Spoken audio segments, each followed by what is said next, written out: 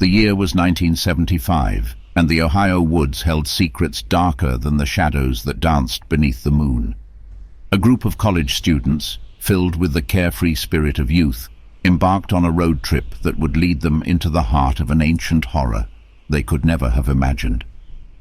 The sun had dipped below the horizon as the group's old van rumbled down the winding roads.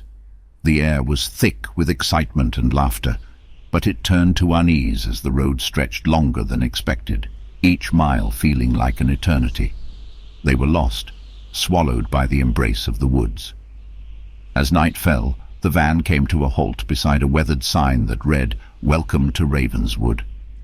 The name sent a shiver through the group, a name that carried whispers of stories told around campfires.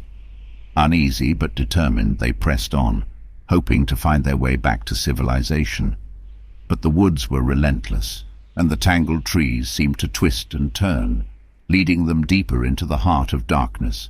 The crackling of branches and the rustling of leaves sounded like sinister whispers, as if the forest itself was conspiring against them. Amidst the tension, they stumbled upon an old, abandoned cabin. With nowhere else to go, they sought refuge within its decaying walls.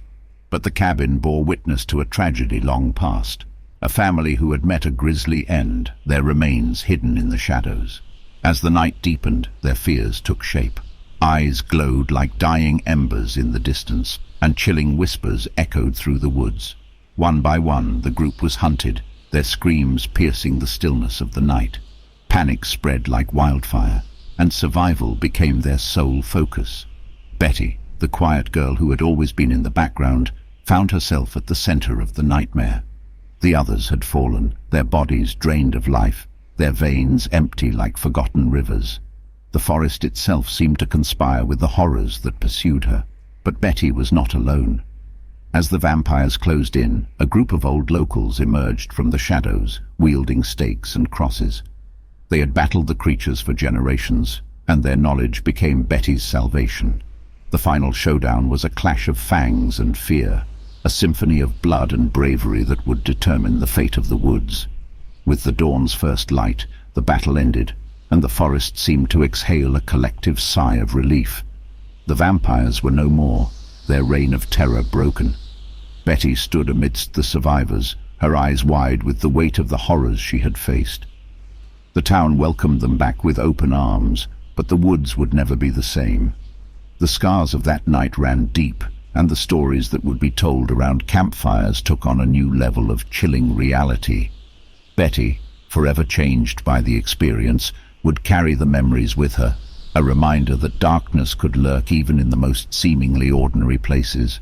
And as the years passed, the Ohio woods stood as a testament to the battle between light and darkness, between the living and the undead. The trees whispered of the night when a group of college students unknowingly walked into a nightmare that had forever etched its mark on their lives and the woods they had once thought were innocent.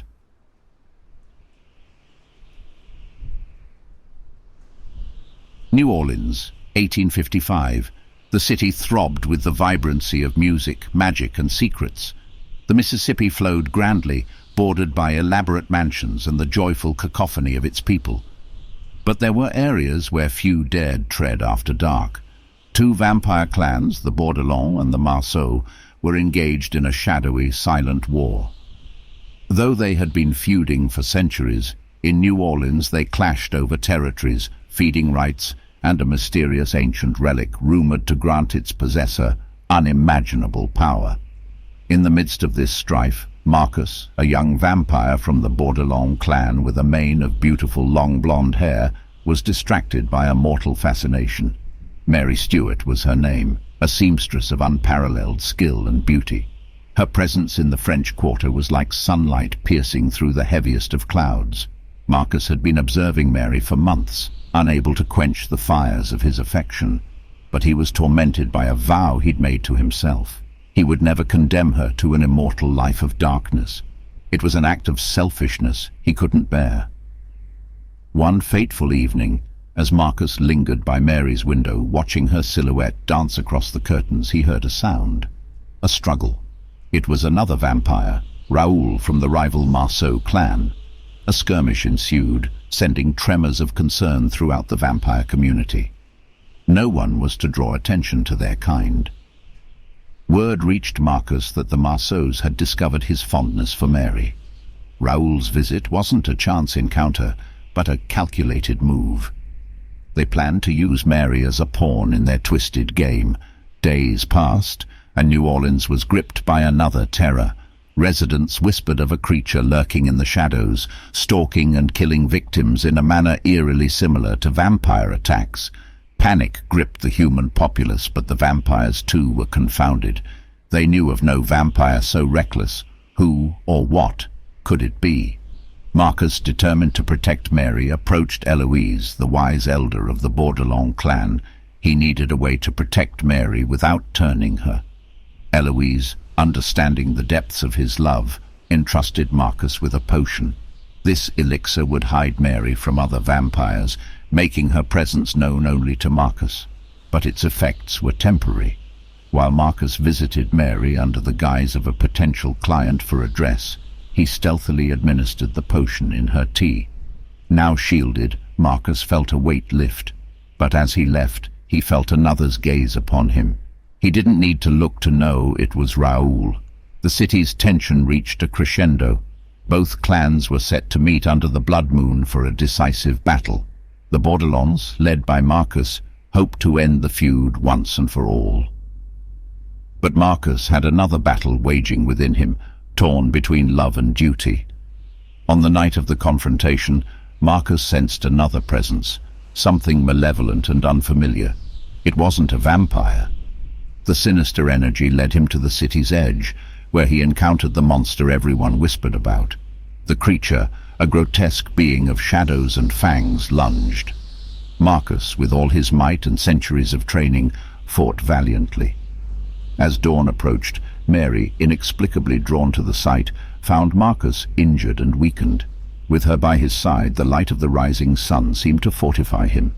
The creature, seeing Mary, hesitated, its form quivering. It then vanished into the ether, unable to bear the purity of her heart. The Bordelons and Marceaus, witnessing this, halted their fight. Realizing there were greater threats than their age-old animosities, they formed a truce. Marcus, though still weak, confessed his feelings to Mary. She, having felt a deep connection herself, accepted his love. But Marcus, determined to keep her mortal, decided to leave New Orleans. Mary chose to go with him, and together they journeyed in search of a place where their love could flourish away from the shadows of the past. And as the city continued its dance of life, love, and secrets, it also bore witness to an endearing tale of a vampire and a mortal, a story that would be whispered for generations to come.